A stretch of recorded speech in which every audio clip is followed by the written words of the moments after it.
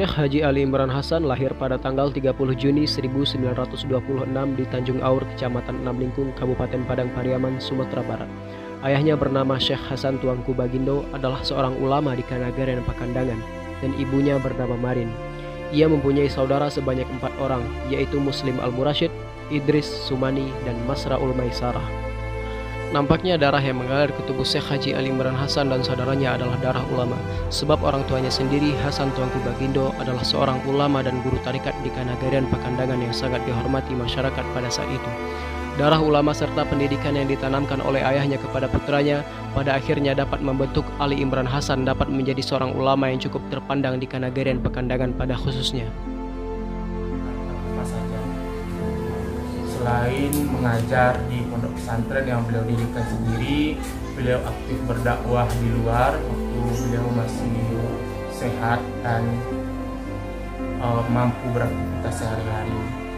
Di samping itu, beliau juga seorang yang suka menulis banyak catatan-catatan yang sampai hari ini masih bisa kita jumpai tentang berbagai hal, terutama tentang ilmu-ilmu agama. Tapi beliau adalah seorang pencatat yang baik. Banyak ilmu-ilmu atau hal-hal yang beliau catat di buku catatan beliau atau di beberapa lembar kertas yang itu cukup menarik untuk kita perhatikan saat ini. Seperti bersama saya, sekarang ini saya memiliki 2 buah buku catatan beliau. Yang satu agak kecil dan kedua agak besaran sedikit. Itu kurang lebih berisi tentang catatan-catatan tentang kajian-kajian tarikat, terutama tarikat Syatariyah. Di samping itu, buku-buku ini atau catatan-catatan ini itu berisi, setelah saya baca dengan seksama, itu berisi kurang lebih seperti apa yang diajarkan oleh guru beliau secara lisan. Saya yakin sekali bahwa apa yang beliau catat ini merupakan hal-hal yang beliau anggap ini penting yang beliau temukan dalam kitab-kitab besar. Seperti di sini kita menemukan ada doa menolak bahaya jin dan syaitan dan segala guna-guna. Di bawah dikutip dari kitab Ihya Ulumuddin di karangannya Imam Al-Ghazali, dan banyak hal-hal lainnya atau doa-doa lain atau beberapa pengajian-pengajian lain yang beliau catat dari kitab-kitab besar, kitab-kitab utama dalam pengajian-pengajian keislaman. Pendidikan dasar yang diperoleh Syekh Haji Ali Imran Hasan ditanamkan kuat oleh orang tuanya berupa pengetahuan agama, mengaji, tata cara sholat dengan baik dan benar. Karena ayahnya seorang ulama, tentu saja ia mendapatkan wejangan agama dari ayahnya baik secara langsung maupun dengan mengikuti pengajian-pengajian yang diberikan oleh ayahnya kepada murid-muridnya. Pengajian ini diadakan di Masjid Raya Ringan-Ringan. Metode pengajian ini masih bersifat tradisional, halaqah. Artinya seorang guru dikelilingi oleh murid-muridnya. Pendidikan yang diberikan oleh orang tuanya memberi arti yang sangat penting untuk masa selanjutnya. Karena dasar tentang agama sudah dimiliki, sedangkan pengkajian kitab yang dipelajarinya kepada ulama yang ada di Sumatera Barat. Ini adalah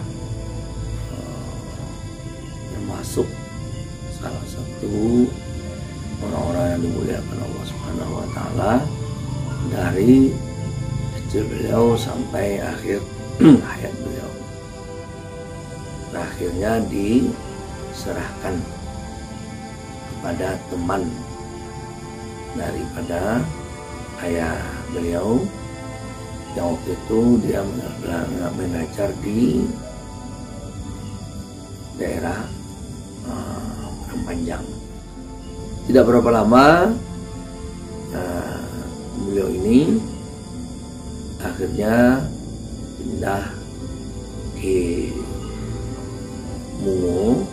Sana beliau belajar pada seorang ulama yang bernama Syahidan Serbaini, terbilang menonjol tentang naus Arabnya, yang mana naus Arab ini keberkahan dari beliau ini, gurunya di buku ini. Sebelum agresi Belanda kedua, yaitu pada tahun 1947, Syekh Haji Ali Imran Hasan menyelesaikan studinya di Madrasah Islamiyah. Pada tahun 1947, Syekh Haji Ali Imran Hasan berguru kepada seorang ulama di Tiakar Payakumbuh yang bernama Syekh Ibrahim Harun. Di sini ia belajar kitab, bahasa Arab, dan cabang-cabang ilmunya. Kemudian perjuangan beliau berlanjut ke Melalo.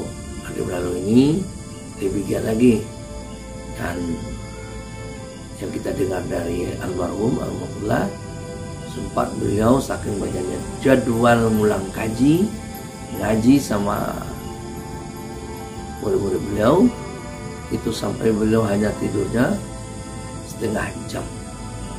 Dan itu pun di dalam waktu setengah jam itu beliau talaah kitab.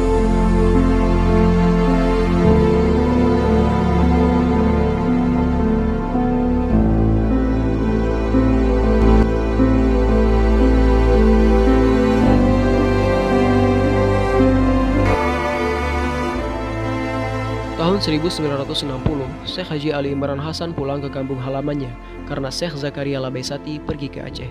Kehadirannya sangat ditunggu-tunggu oleh masyarakat Kanaga dan Pakandangan karena di sana sudah menyebar bentuk paham Wahdatul Wujud. Di Kanaga dan Pakandangan, ia mensosialisasikan Islam dengan membentuk jamaah pengkajian, yaitu Tarekat Syadhariyah. Sebagaimana cita-cita Syekh Haji Ali Imran Hasan dan kedua orang tuanya, ia berangkat untuk mencari pengetahuan dan mencari ilmu pengalaman yang mana setelah itu ia kembali ke negeri Pakandangan nanti akan mengajarkan ilmunya, terutama kepada keluarganya dan masyarakat pada umumnya. Pengajian tersebut tanpa dipungut biaya atau bayaran dari jemaah. Ia mengajar dengan ikhlas tanpa mengharapkan imbalan dan uluran tangan dari masyarakat. Dari sanalah ia membentuk pengajiannya yang terdiri dari masyarakat Pakandangan yang dilindungi oleh nenek mama dan masyarakat Pakandangan.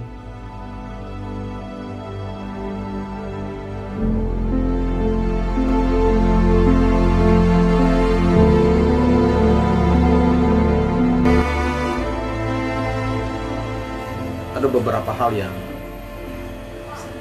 Ambo dapatkan yang menjadi perhatian Bobana, terutama sekali di bidang keilmuan. Beliau memiliki keilmuan yang begitu dalam, komprehensif di bidang keagamaan. Itu dapat diukur dari segi ilmu yang beliau ajarkan di pondok pesantren beliau, Eko Nurul Yakin, dan langsung beliau ampu beliau yang jadi pengajarnya keseluruhannya di lokal tertinggi di seluruh mata pelajaran. Yang ada 6 balik mata pelajaran ya, selalu diajarkan beliau, baik yang pokok-pokok atau yang alat di Al-Quran, tafsir, hadis, fikih, tauhid, tasawuf. Begitu juga ilmu-ilmu metodologi seperti tentang hadis, mustalah hadis, ataupun tentang metodologi tentang fikih, usul fikih, atau ilmu alat seperti nahwu, saraf, ataupun balagah seperti mani, badi', ma'ani, bayan, mantik. Itu juga termasuk pendukung yaitu sejarah. Sehingga beliau namakan pondok pesantren beliau Nurul Yakin karena di situ namun sebuah kitab. Dan beliau juga punya prinsip menjalin wasilah kepada guru-guru yang ada, yang ada hubungan dengan beliau, baik dari segi kajian fikih, kajian syariat maupun kajian tarekat. Pada tahun 1961, ia mendirikan Madrasah Tarbiyah Islamiyah Ringan-Ringan Pakandangan, Kecamatan Namlingkung.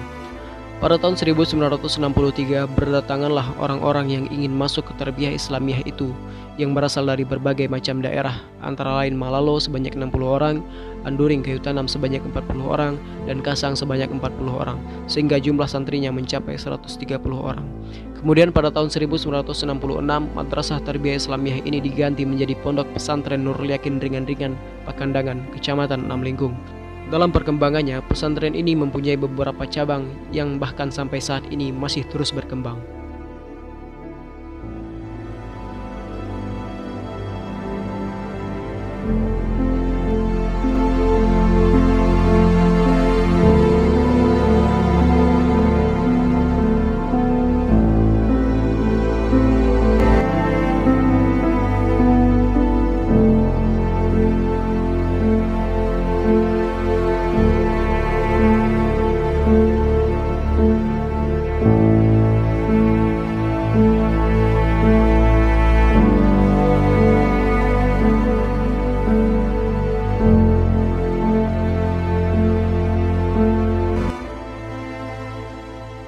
Prinsip yang nyo tanamkan, yang pada gilirannya pesantren beliau kok bisa berkembang. Yang pertama dari segi isi, memang keilmuan yang diajar di pondok yang beliau dirikan itu mencakup seluruh keilmuan keislaman. Prinsip yang kedua yang nyo pertahankan tentang itu adalah tentang isi adalah jam ditukar, apulai dikurangi. Dan kemudian prinsip berikut yang beliau juga tanamkan, bagaimana orang-orang yang terlibat mengajar, mengurusi, termasuk dari beliau itu sendiri, harus memiliki karakter kedua. Syekh Haji Ali Imran Hasan aktif memberikan dakwah di berbagai masjid dan surau. Aktivitas dakwahnya ini yang membuat namanya makin terkenal di Kenagaran Pakandangan khususnya, sehingga pondok pesantren yang dipimpin menjadi lebih dikenal oleh masyarakat luas. Oleh karena itu, pada tanggal 12 Juli 1969, gedung pesantren tersebut dibangun secara permanen dan dilantik alumni sebanyak 24 orang. Usaha dan kegiatan belajar di pesantren akhirnya maju dengan pesat. Para santrinya tidak hanya berasal di daerah sekitar saja, namun banyak berasal dari daerah luar Sumatera Barat, seperti Aceh, Sumatera Utara, Jambi, Bengkulu, dan lain-lain. Jadi berarti kayaknya kalau orang dapat pitin nggak bisa ngaji itu dah kecil aku kan sudah tulai. Nah kini kok yo nak mengaji kecilnya itu nah liam wah jadinya menyapu rumah sekolah kecil kan. Kalau menyapu rumah sekolah nggak tahu dia bodoh kecil apa. Tapi kalau menyapu saro, ambo bisa. Insya Allah ambo bisa. Jadi dek buya aku memang buya aku pintar, alah ada kelebihan buya aku baca dari kecil. Nah, jadi dari Tuhan tak itu. Nah, sudah mulai alah besok itu kira-kira lah besok itu sekolah lah, mengaji lah kan. Tiba di rumah sekolah, mungkin ada beberapa hari lah buya aku menyapu-nyapu. Tapi dicari dia kawan-kawannya itu buya aku ada kelebihan, pandai, tetaplah kan. Kalau ada udah selesai di kawan-kawannya, minta juga ke buya. Akhirnya buya aku dijadian guru duo. Sehingganya suatu saat, beberapa hari kemudian, nama Cik Sapu tuh kawan-kawan beliau kok. Sehinggonya berdapat de gurunya tuh, bakal kalian nama Cik Sapu gitu kan? Itu namanya ngecian buya aku nyapu nan ditugaskan kan? Enggak boleh hanya menyapu doh kecilnya kan. Itu guru kami kecilnya. Itu nama nunjukan kami. Jadilah akhirnya semenjak itu buyaku ndak dos sapu menyapu laman lain. Bahkan para lulusannya sudah banyak melanjutkan kuliah ke negara Timur Tengah seperti Yaman dan Mesir. Namun demikian, pesantren ini tetap hidup di hati masyarakat sampai sekarang.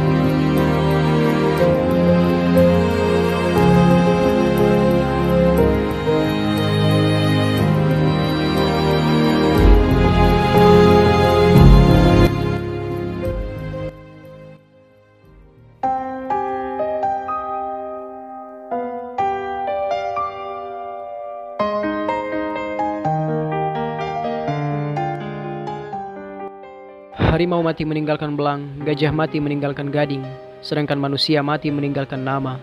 Begitulah ketika kabar kepergiannya Buya Syekh Haji Ali Imran untuk selamanya dari alam dunia ini.